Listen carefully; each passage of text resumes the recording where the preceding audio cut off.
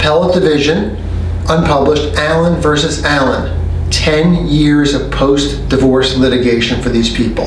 Divorce in 2010, finally in 2020 they get a decision from the Appellate Division, a win by a self-represented litigant, I might add.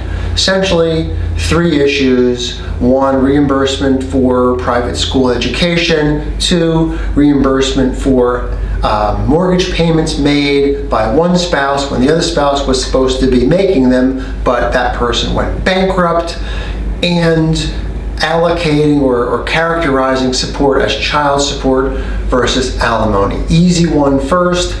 On the record, one of the parties' counsel agreed that the arrears that were owed from the defendant husband to the plaintiff wife, that they should be characterized as alimony.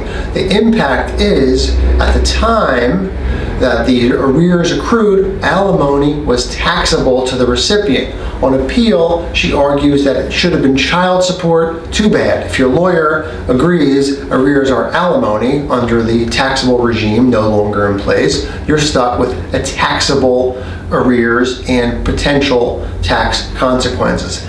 As to the Chapter 13 bankruptcy issue, kind of interesting, that is, the defendant husband was supposed to pay the mortgage. He doesn't pay. When the parties then go to sell or refinance the house, an additional $8,000 has been added to the mortgage principal. The ex-wife comes to court and says, hey, that $8,000 should be on his side of the ledger. The trial court and the appellate division both found insufficient evidence to demonstrate that had occurred. She lost that one. Private school education. After multiple motions, the trial judge said, you've been here back and forth and back and forth and back and forth. I am denying your reimbursement claim for the private school education, but did so without prejudice.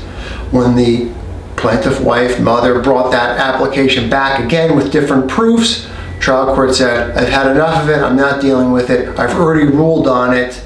The appellate division disagreed with that specific finding, reminding us that without prejudice means a litigant is permitted to re-raise those issues with better, more conclusive proofs. That's one takeaway. The second takeaway is from my friend, retired Judge Tom Zampino. We want to make people economic strangers in divorce. Here, the people stayed in business together. The marital home continued to be jointly titled. Both people were on the mortgage. The child of the marriage and the ex-wife lived in the house for all these years. It almost always spawns terrible results, massive litigation.